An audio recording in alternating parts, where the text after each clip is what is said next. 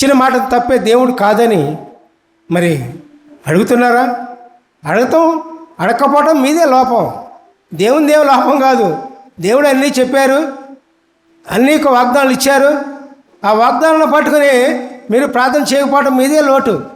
మరి ఆ లోటు మనలో పెట్టుకుని మరి నేను ఇట్టా ఉన్నాను, నా పాపంలో ఇంక తాగుళ్ళని ఉన్నాను, నేను చెడ్డ పనులను ఉన్నాను అంటే అట్ట కుదురుద్ది.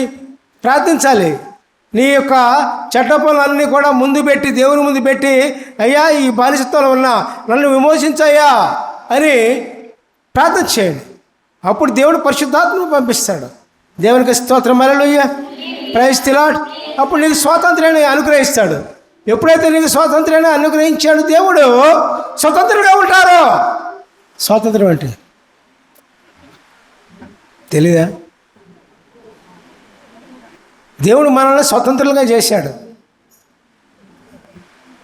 అంటే పాపం అనే బానిసత్వం నుంచి విమోచించడమే స్వాతంత్రంలో. మనం పాపం అనే బానిసత్వం నుంచి ఎప్పుడైతే విమోచించబడతామో అప్పుడు మనం స్వతంత్రులం అయిపోయాం. మనం ఇక పాపం జరిగిపోం. పాపం అంటే అసహ్యం వేస్తుంది. అసహ్యం. ఎందుకంటే మనం స్వాతంత్రం అయ్యాం. స్వతంత్రత దేవుడు ఇచ్చాడు మనకి. ఎప్పుడైతే మనకు స్వాతంత్ర్యం వచ్చిందో, పాపం నుంచి విమోచించబడ్డామో, అప్పుడు ఏం జరుగుతుంది? మన నుంచి పాపం దూరంగా పోతుంది. దేవునికి స్తోత్రం, hallelujah, praise the lord, praise the lord. మరి ఇశ్రాయేలీయులకు ఐగుప్తీయుల బానిసత్వం నుంచి విమోచించినప్పుడు వాళ్ళు స్వతంత్రులయ్యారు. శరీర బానిసత్వం అది. ఇప్పుడు మనలో ఉంది పాపం అనే బానిసత్వం. ఆ బానిసత్వం వేరు, ఈ బానిసత్వం వేరు. ఆ బానిసత్వాన్ని విమోచించింది దేవుడు. ఒక మనిషిని, మోషేను పంపించాడు.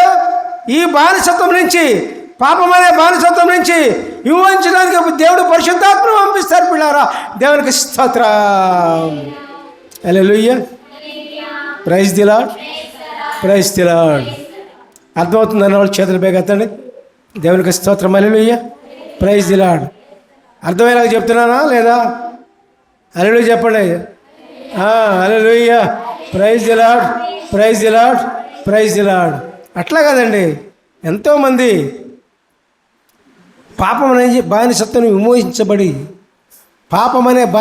విమోచించబడి స్వతంత్రులు అయ్యారు.